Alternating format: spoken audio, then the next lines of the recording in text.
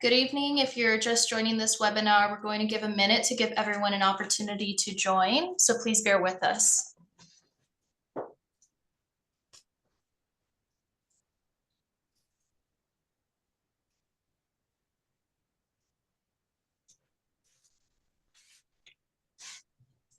Good evening. If you're just joining us, we are going to wait one more minute to give everyone an opportunity to join this webinar, so please bear with us while we wait.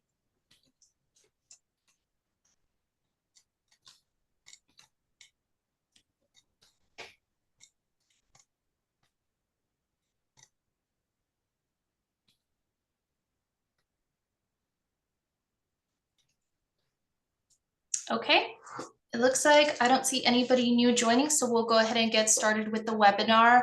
We are joined by Steve Wiesner, Assistant Director of Public Works, Matt Machado, who is also the Director of Community Development and Infrastructure. We have Katie Beach, who is a civil engineer that is working on the Mountain Charlie Road project. We have David Reed, who is the Director of OR3. And we also have Supervisor Bruce McPherson and Ginny Johnson, who is Supervisor Bruce McPherson's analyst.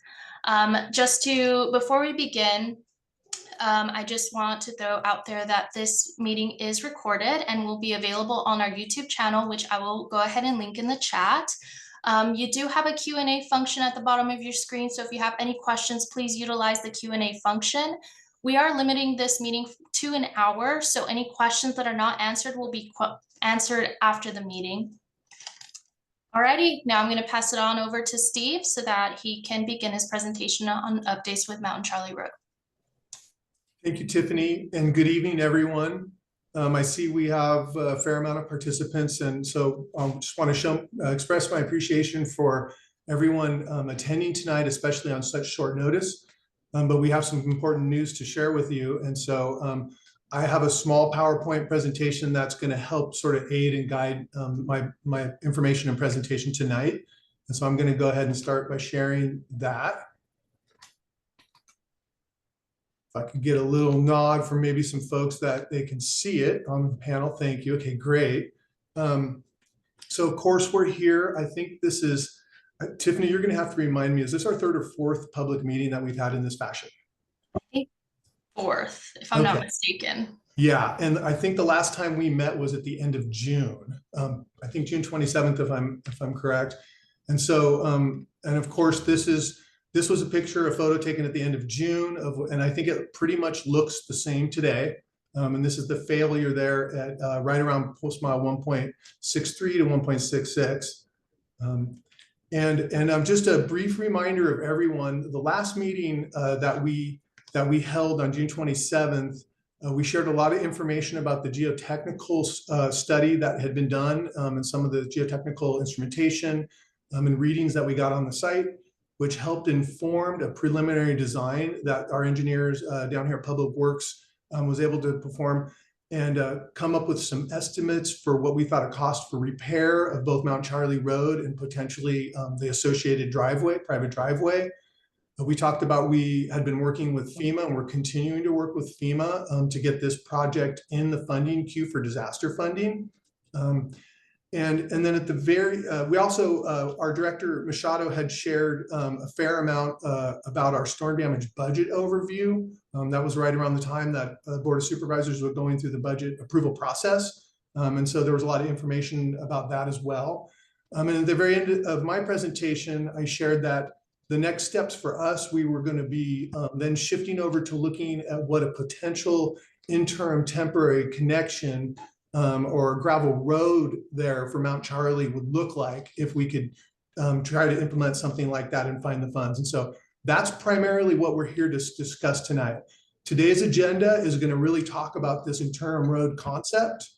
I'm going to talk about the engineering, some of the contracting work that we've explored over the last few weeks.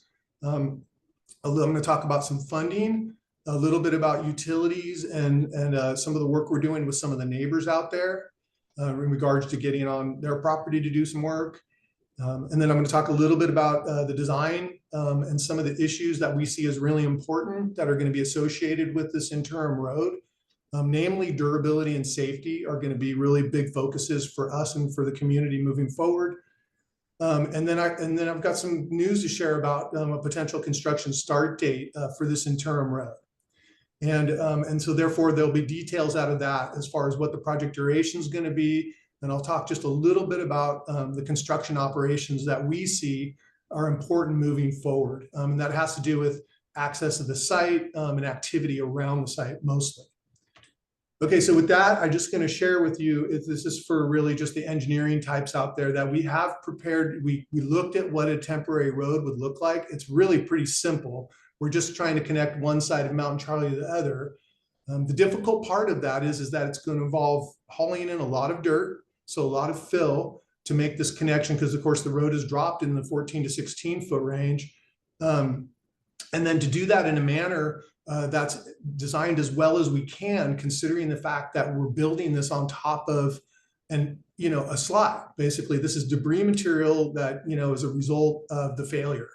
And until we get a permanent, the retaining wall, which I shared with this group last meeting, we can't be 100% assured that what we build out there is going to stay in place. But what I will say is that we're going to do all the best practice standards for this type of construction to limit the amount of problems that we'll see in the future, and do everything we can to make this road last while we're still exploring the permanent repair with FEMA and trying to find funding for that as well. And so what you're seeing here is just a plan view and some hatching that shows us connecting the road back, some of the topographic information, and then there's a profile, which really is just a simple side view of what that connection would look like and us having to fill that gap. And then we've got some standard cross sections here, and this is just an idea of what that road fill is going to look like, and just to show you that while we are going to try to build this as stout as we can, it is going to be resting upon existing slide material, and that it's going to be still vulnerable, but we think we have a good plan for this interim road. And then this last one is just really, again, sort of diving a little bit deeper into the engineering, which is just to say that we're going to provide as much drainage as we possibly can, with the idea that this road is going to have to make it through a few winters of rain up there in that area. And so we're going to provide as much drainage as we can and erosion control such that we can pass water through the site and we don't lose this thing down the hillside. Okay, so with that, there's going to be a lot of words on your screen, but this is just going to help me guide sort of the conversation. And these are some of the issues that we see and that we've been grappling with as we came up with this interim road concept. The biggest thing is, we're going to be hauling a lot of earth material. It's definitely going to it's definitely going to be like somewhere 350 or 400 yards. It's going to be a lot of material, a lot of weight. And we fully expect that there'll be some settlement. This is what happens when you build a fill this tall. We do the best we can to compact it. We'll definitely be taking compaction readings. But when we get this thing in there, and we're actually looking at doing some reinforced earth, so using some type of geotextile fabric as we bring the slope up and we bring the fill up, to ensure that it acts as one piece. And if we do see any settlement, it'll be minor settlement, and that we won't anticipate that there'd be a large drop in any one single event. So as this fill adjusts itself, it'll be small movements that we'll be able to react to and won't really be a large safety issue for either the community up there or anybody traveling through the site. I will say that I'll stop right here just to let everyone know, when we came up with this design concept and before we're presenting it to the community here, the first thing we did was we started looking for contractors who would either be available and or have the resources and the technical skills to be able to tackle a project like this. And we have found one. He's local in the area, Monteith Construction. I'll cover that in another slide, but I just want to let you know, when we came up with the concept and we started thinking about how this could get built, we started talking to contractors about what could be practically done. And so this plan was developed in concert with discussions with contractors and also material supply companies, right? So we want to make sure that we've got a good supply of good material, and we think we do, coming from Olive Springs. This is a select material coming from Olive Springs. And so one of the biggest things we grappled with is that we're thinking about making this about a 15-foot wide road. So it's going to be a single lane. And our biggest concern is that when it starts getting used, that it starts to fall apart. And really, it's the road surface that I think we'll see the most trouble with, at least to begin with. And so we haven't decided exactly what type of a wearing surface we're going to put on it, but we're thinking it'll be some type of oil screenings and or asphalt. And it really, we're going to be making that decision as we get up towards the top. And a lot of it's going to have to do with sort of the cost of everything. And I'll just stop here to say that the other reason why we're here today to share this with you is that when we came up with this concept and then we started talking to contractors to realize that this is something we could probably do if we had the funding, the next step for us was to find the funding. And so we, in discussions with District 5 Supervisor's Office, Supervisor McPherson, we were able to identify some Measure D funds to enact this repair. We think it's going to cost somewhere in the neighborhood of about $500,000. And so that's about the funding that we've identified in Measure D funds. I will share with the community that that this money has traditionally been used for our pavement management program. And so what that really means is that a lot of the projects that we would normally be doing on an annual basis up in sort of the San Lorenzo Valley and Greater Scotts Valley area aren't going to get done. And so, this is a big sacrifice for the rest of the community to provide funding for this temporary road. And so with that, I'll continue on with the design durability and safety components here. So in addition to like some settlement and some of the things that we'll expect and our concern about having a lot of maintenance to do on this site, we're looking at what a signage program is going to look like, what a signage plan will look like, both for while we're in construction and for what it's going to look like once we fly this road open. And I do want to let the community know that the contractor is going to need as much room as possible up there. And I know a lot of folks have been parking their vehicles all over the place, mostly to the north of the slide. And we will be erecting no parking signs for a considerable distance on either side of the slide. And that's going to be to allow for, the contractor to get in and out of there with this heavy equipment and also to provide a safety component for both the community and our contractor. So that's something that you guys should all expect up there once we get into this. And one of the other things that we think we're going to do as part of this emergency project is install gates at both ends. Now, we don't plan to close the gates. The gates are going to be there for in cases of an emergency and or if we start to see some big settlement there or some things that we haven't expected to happen. And it could be that we're seeing just massive amounts of wear that is untenable for the maintenance team. Or it could be in the case of potentially a very large forecasted storm event, say like a 10-inch storm event over a day or two is forecasted, like an atmospheric river has parked and we're getting a fire hose pointed at us. That may really motivate us to make a decision to close the gates, really just to keep everyone safe. And then of course, once, blue skies come and things dry out, and things are still good, we would open the gates back up. So the goal is to keep the road as open as possible for local use. But should we see a problem up there, we want to have the gates ready to go so that we can just close them to keep everyone safe. We are considering a load limit across this gap. When we close this gap, it's going to be vulnerable. And I'm considering something around a 5-ton load limit. And really what that means is we don't want to see garbage trucks. We don't want to see propane trucks. We don't want to see like heavy construction, whether it's a cement mixer or some other type of dump truck, traversing this area. Because we want this thing to be available for the community, right? And so we're considering signage at both ends of Mount Charlie Road to this case. And also it'll be a lot of signage, right? Warning people of what they're going to see. There's going to be a lot of delineators because again, our biggest concerns about the durability of this road and the safety of the traveling public. We want to keep everyone safe out there. We want the speeds to be low. And we're also going to really rely on the community because we can't be up there all the time to report any types of issues that they see up there.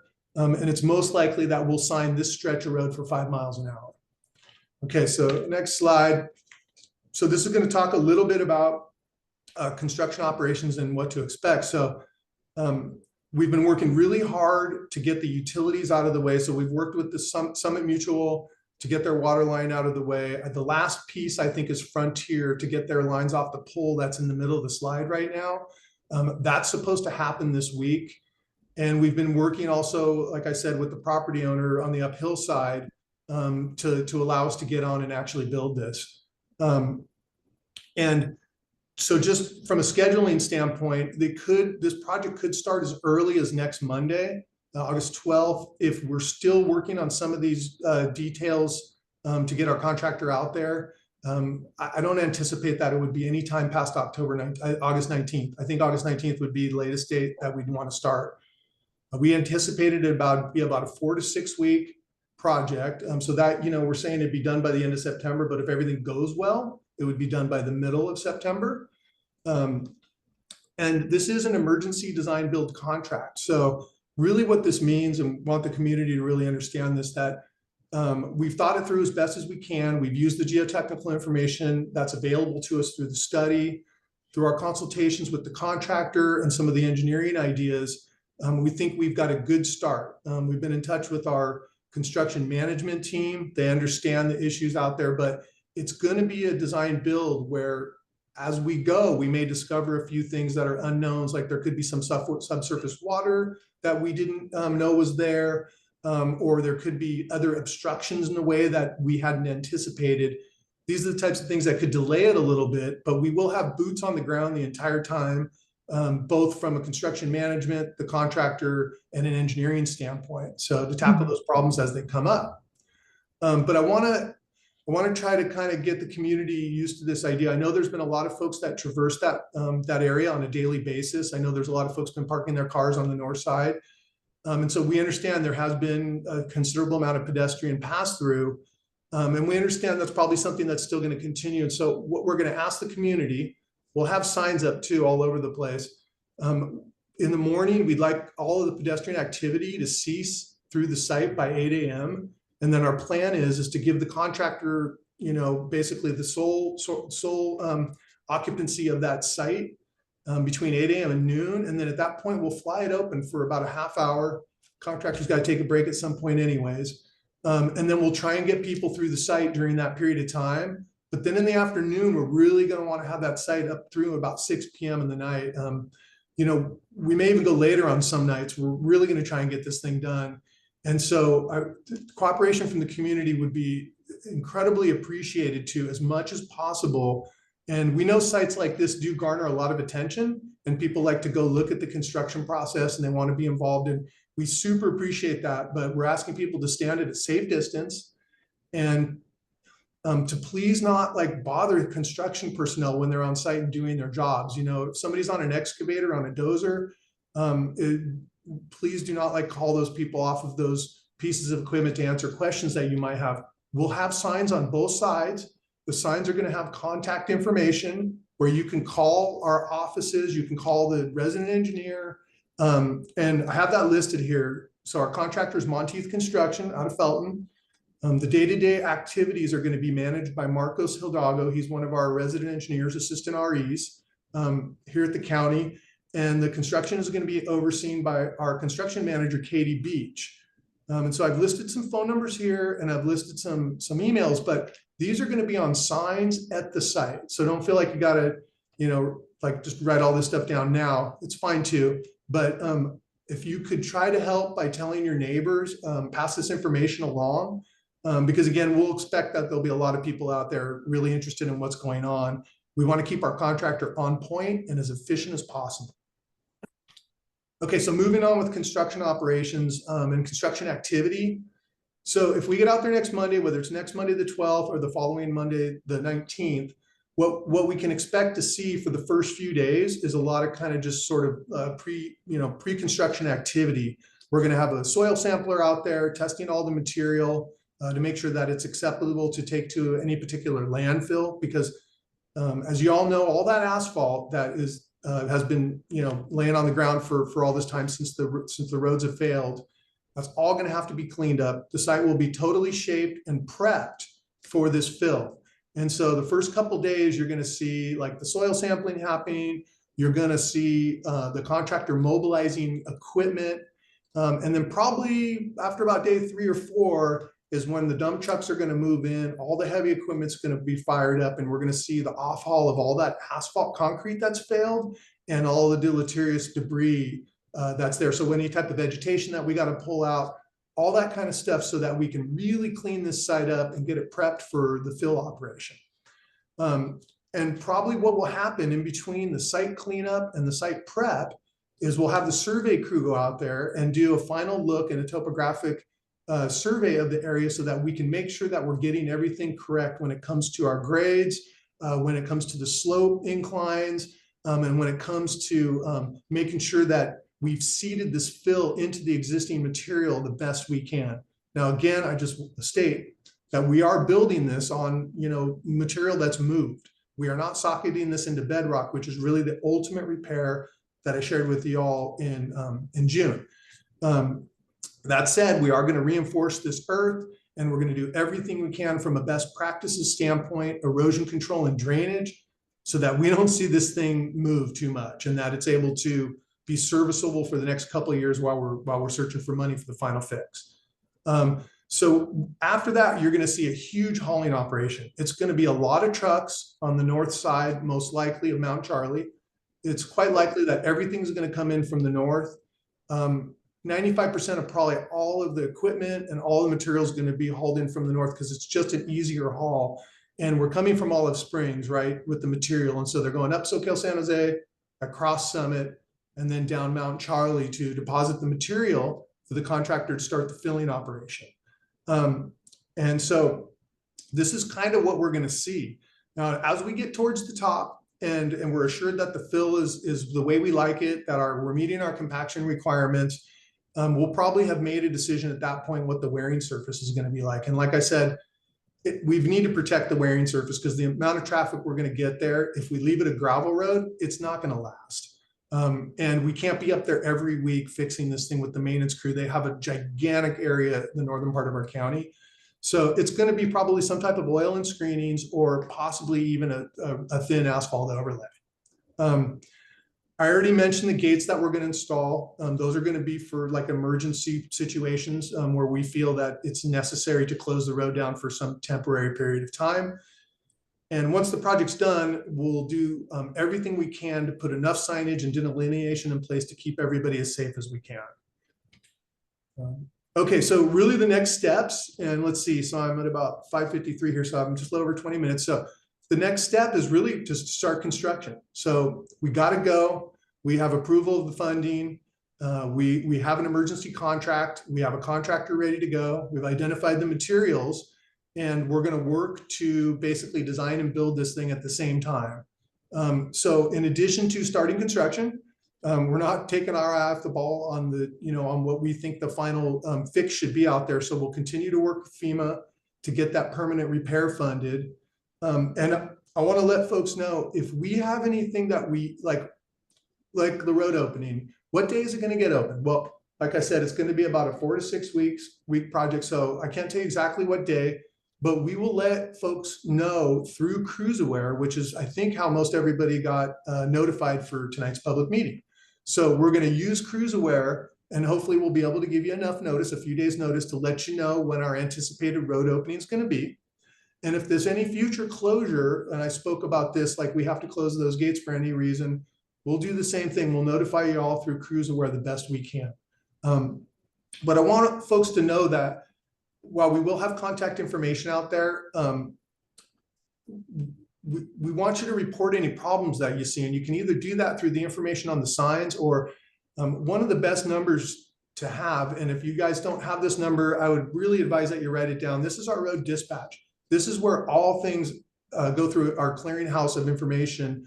And during normal business hours, there's someone manning that phone, but during off hours, like in the evening hours, that actually gets connected over to Netcom, which is the 911 service center.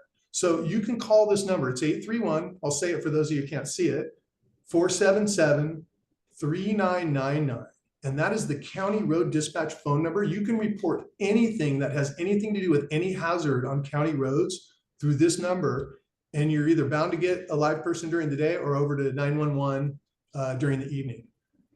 All right, well, with that, I'm throwing up, so we'll take some questions now, but also there's we've created a special email for inquiries just for this project. And it's called Mount Charlie Questions at Santa Cruz County. ca.gov. And I'm going to spell it out for those of you who maybe are on a phone and you can't see this. It's MTCHARLIE QUESTIONS. So that's Mountain Charlie Questions at Santa Cruz County ca.gov. Okay, so I think with that, we'll start to take questions. I tried to be as brief as I could, so I do anticipate there'll be questions that I haven't covered actually in this presentation. So I think I'm going to stop sharing this and we'll go back to the video. Thank you, Steve, for your presentation. So it looks like we do have some questions on the Q&A. I think the questions from Dan mostly have been answered regarding the material delivery being focused on the northern end of the slide instead of the southern end of the slide. But there is a question regarding signage, whether stop signs will be used on both ends. And then there's also a related question from Michelle about whether or not a stop sign will be used to regulate traffic for single lane sections. So yes, that's a great question. And yes, we anticipate and plan to have stop signs on both ends. And we've looked at it. We think we have good sight distance for that, but we'll be putting them in the most advantageous spot that we can. And then also there was a question regarding signage for non-resident bicyclists who have been traveling through the area. My understanding is that there will be signage ahead of this construction project so that people who are not familiar with the area will know that this no through traffic will be allowed during construction. The road closed signs will remain, which I think they're up there today, and then they'll be supplemented with construction area signs. And that's kind of how we indicate that there's an active construction zone. Those are usually like black on orange signs, so black lettering on orange signs. Okay. Thank you, Steve. Okay, Luke, I see that you have your hand up. You should now be able to unmute yourself to ask your question. Guys, my name is Leanna Swartwood. I would like to first and foremost thank you guys for all the hard work you're doing, and we've seen a lot of people out there the last couple weeks and it does not go unnoticed. So I do appreciate it and I'm very thankful.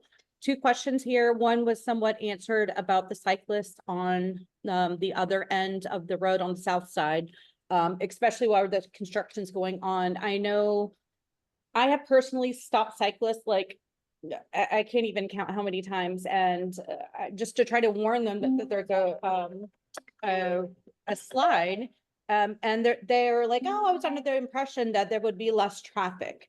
So even with the signs, the cyclists are somehow still, I mean, this is not just one, this is numerous, are under the impression that there's going to be less traffic because there's a road closure. So it's safer, when in fact, it's quite the opposite. I don't know if there's any way that we can reach out and the county, it comes, I think it will be heard better coming from you guys that I know we can't like do a hard close on the road for them, but really detour them. There's different cycling avenues or groups that you guys could reach out to or put a statement or an alert that it is just not safe. I'm just really concerned about somebody getting injured. And number two, you had mentioned about like when you would put on the cruise alert when the construction was done. School starts next Thursday for us at Loma Prieta and at Los Gatos High. Is there any way that we could, you guys could put on the alert as well when the construction will start, so that we have a better gauge of how to get our students to and from school and on which end of the road to go on? And that's it. Thank you. Sure. I think that, well, so the first question, which is cyclists, you know, the issues with cyclists, it might be prudent for us at this point. So we're going to put so many signs up warning folks of what's going on in the construction ahead, to put some type of sign that just says cyclists not advised, construction ahead. And I'm going to do the very best I can to have folks on the field really discourage and just kind of deny cyclists access across during those hours that the contractor is occupying the site. But your point is really well taken there. I'm certainly concerned for everyone's safety when it comes to that as well. And then as far as the cruise aware alert, maybe it would be because the first couple days there's going to be sort of minimal activity, but Tiffany, I guess I would defer to you. It's very likely that we'll know by the end of the day tomorrow. So tomorrow's Friday. We're still waiting for a couple little pieces. If they fall into place tomorrow, then I don't see a problem with letting folks know that construction activities on the site are to begin Monday. I'm not in charge of the crews that wear blasts, and so I need to defer to my team, my PR team that does that. But Tiffany, that's something we can talk about. I think that's very reasonable request. So I agree. that sounds like something we should be able to do, no problem. Yeah, absolutely. And I think that's a good idea, just to let everybody know, since there's no certainty at this time when we'll actually start. That way people can be prepared. And if you're taking your kids to school, you can plan that route out accordingly. So yeah, we can talk about that. Okay, so we have another question. How will the weight limit be enforced? Oh, Steve, you're on mute.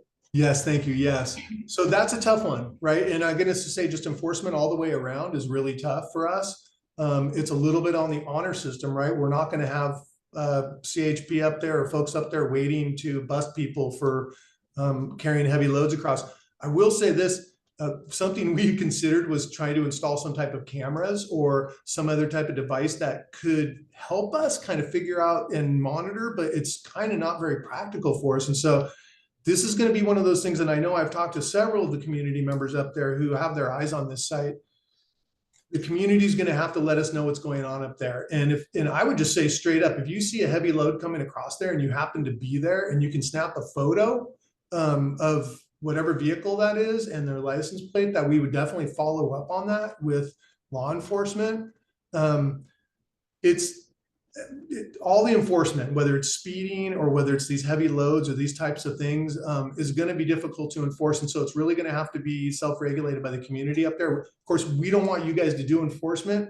It's not your responsibility. But if you see something going on up there you think is damaging the road or is causing any type of safety issues, please contact us.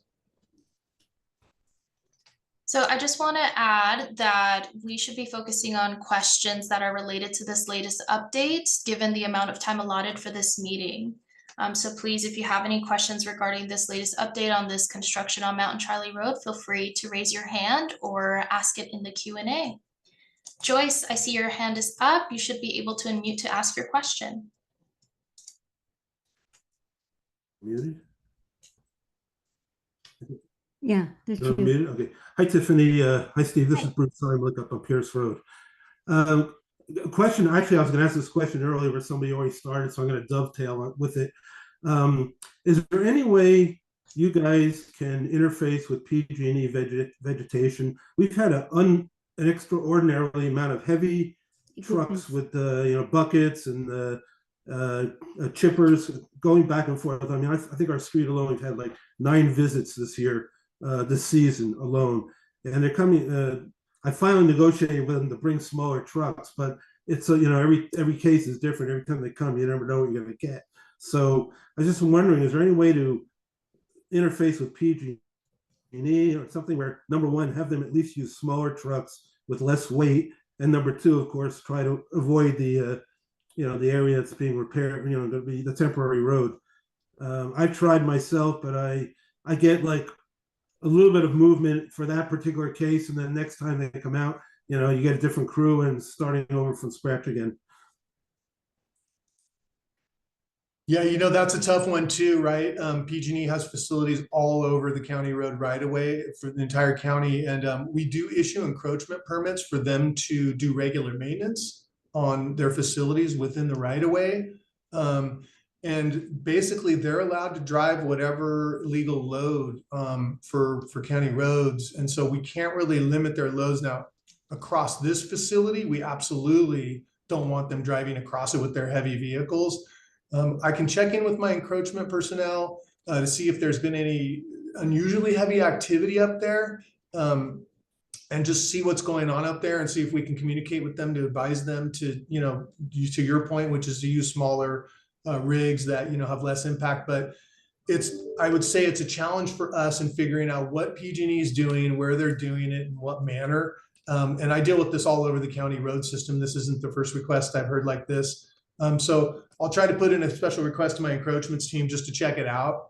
But without any more specific information on the exact location or what they're doing, it's going to be more of a general inquiry to their team.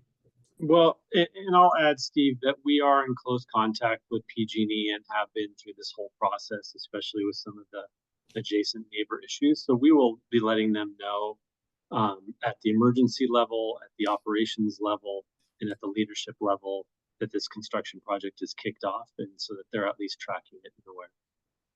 Thank you, Dave. Okay, there's a question about a retaining wall. Will there be a retaining wall? So no, not like a traditional classical retaining wall that we normally socket into bedrock.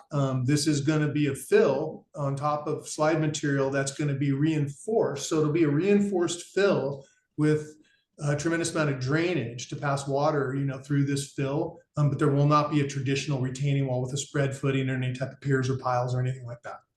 That's the permanent fix. With the increase in heavy equipment traffic on the north side, will you be monitoring its toll on the road? There has been movement and damage that needs to be repaired. Certainly, we understand with this type of an operation, we're going to see like increased wear and tear on the north end of the road. We'll definitely be monitoring it to the extent that we're able to repair it. I can't really commit to right now, but obviously, if there's something that really starts falling apart and it's like, oh, we should catch this now before it gets a lot worse to the road surface, we'll be addressing that. And contractor is going to be traversing that on a daily basis, so I anticipate we'll get feedback from him and his team as well. Thank you, Steve. Joyce, I see that your hand is up. Did you have a question still?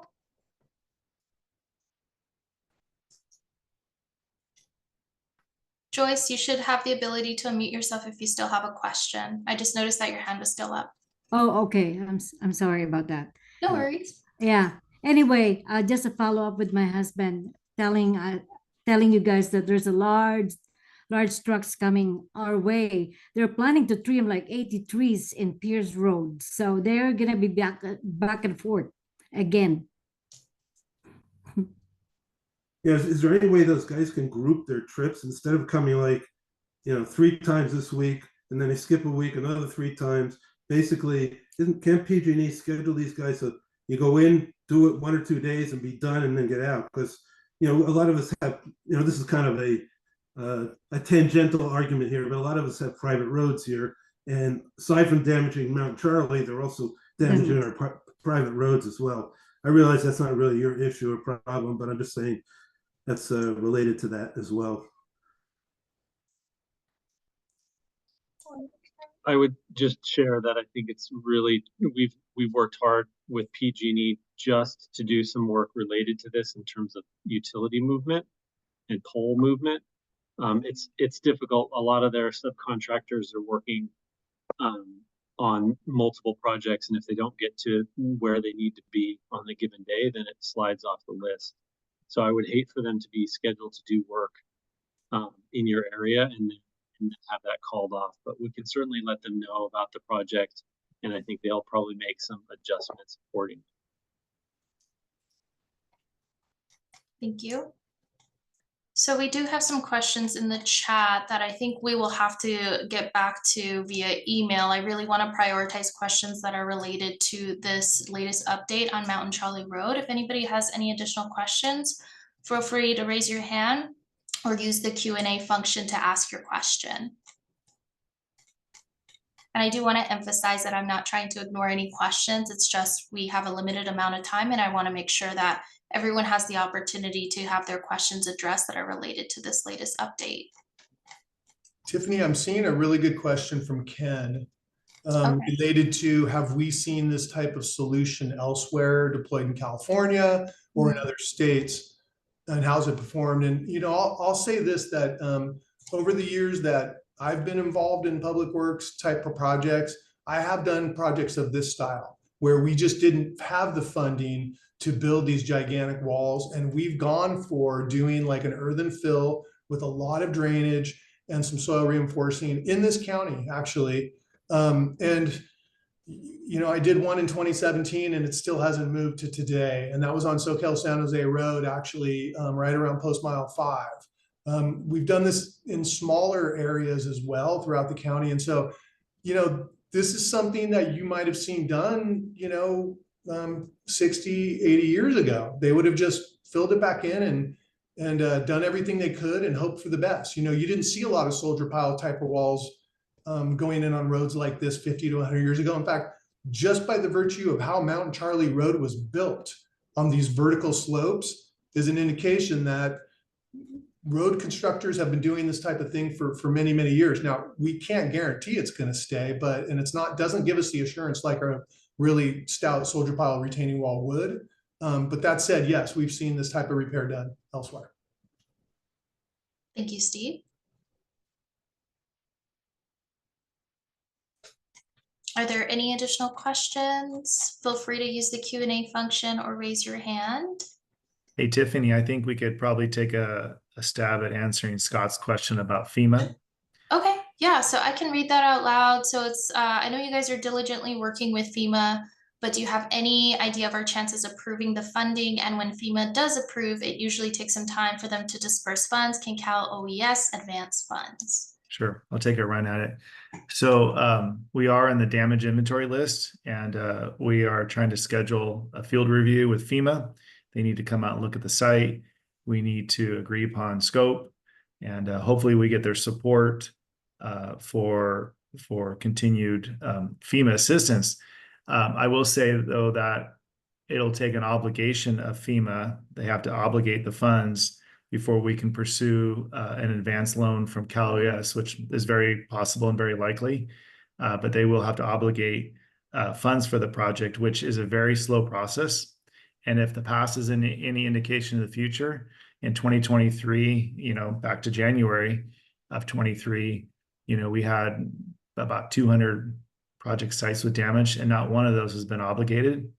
And so that was a year and a half ago. So if the past is an indication of the future, we know it's a slow process. So we have to be patient.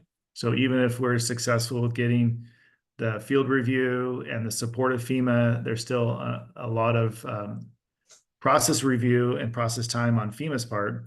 So we think we could be out a couple years before we see that obligation and before we can hopefully start rebuilding the permanent solution.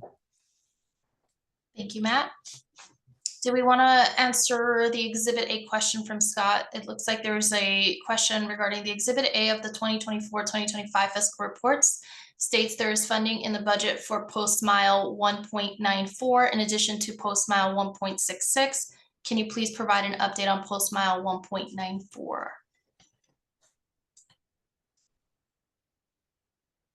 I don't have that information at my fingertips. Steve, any chance you do? Is that I'm not sure which one that is. So this is a FEMA road and these are 23. Hang on one sec. Actually, let me just see if I can answer it since we have a minute or two. So Matt, 1.94 is a FEMA road and it's a 2023 event to which we have no obligation on. So no obligation. And because of our financial situation, if a project isn't obligated, then we don't plan to pursue it because there's almost no certainty that we'll get reimbursed. So we're going to have to await FEMA's process to get obligations before we can pursue construction. Thank you. So we'll answer Holly's questions and then Ken, we'll move on to you because I do see that your hand is up. Holly is asking what work is taking place to maintain south side of Mountain Charlie Road. And there's also a second question from Holly. How can Amazon or UPS truck deliveries be decreased on Mountain Charlie Road? Actually, the Amazon thing is a hard one to answer. I hope they would pay attention to the load limit. But again, I don't think we can legally prohibit them from using the road. We can put warnings up, but I don't think there's much we can do to prohibit or enforce any type of prohibition there. Could you say the first question again, Tiffany? Sure. What work is taking place to maintain the south side of Mountain Charlie Road? Right. I know that the road crew had gone up there probably within the last month or so, 4 to 5 weeks. They did a lot of vegetation clearing and they did a little pothole filling. Quite honestly, we don't have anything else on the schedule unless we get a particular incident report where we need to go out and respond to it. Thank you, Steve. Okay, Ken, I see your hand is up. You should be able to unmute to ask your question. Great. Thanks, Steve, for the answer. My question is related to the permanent solution. I know we briefly touched on that. That's why I'm asking this question. Has that been scoped out and know what you want to achieve, plus obtain any quotes, etc. So you're more or less ready to file for grants and everything? And if not, when will that be ready? We haven't taken it any further than what I shared with you, Ken, on June 27th. We have what we think is a good preliminary design. It's like to the 50-60% phase is definitely enough for us to take a look at what we think this thing is going to cost in today's dollars. And that's the scope of work that we'll be working with FEMA on to hopefully get this thing obligated and into their funding stream for disaster assistance. But quite honestly, it doesn't really make a sense to do a lot more on it than that. I mean, we've already spent a considerable amount of time and resources, including the geotechnical study, to get to where we are now. It's really about finding the money at this point. The design's not going to change much, but we do anticipate the cost will go up with time, that's for sure. Thank you, Steve. Joyce, I see that your hand is up. Did you have a question? You should be able to unmute yourself now.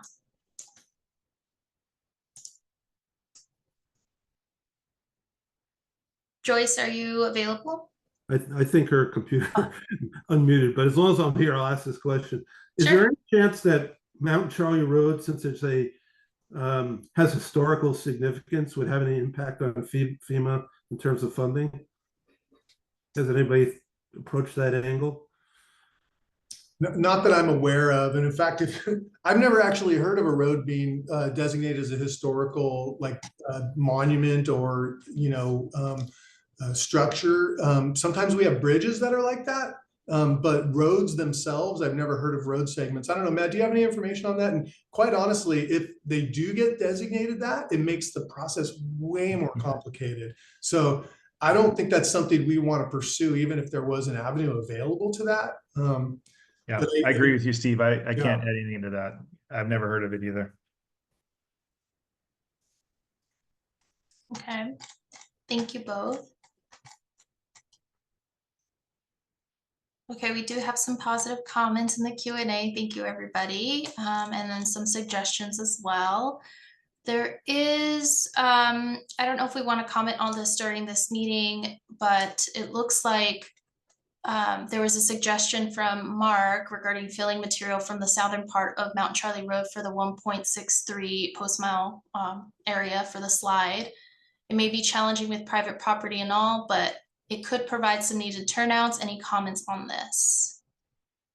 Is this something we want to follow up with via email? Because I do have Scott's email. Is this, I'm not seeing this question, but is this from Mark Vanderpool? No, this is from Scott. Oh, Scott. Yeah, So it's the latest question. So I will say we did explore local borrow pits in the area. We went and looked at a bunch of those road cuts and expanding Mount Charlie Road in those areas to use some of that material. And in the end, what we decided was that it was just too much of a mixed bag from an environmental standpoint and from a material testing standpoint. And just that project alone would have taken so much of a lift when we identified a very good source of material at Olive Springs Road. So I think this is a far more expeditious and a better product, in the end for this temporary road. Thank you, Steve. Joyce, I see your hand up again. You should be able to unmute now to ask your question.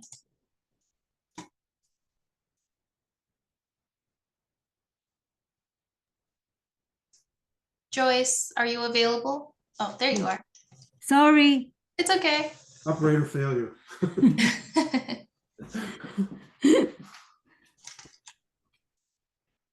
Okay. It looks like we don't have any additional comments or questions in the Q&A.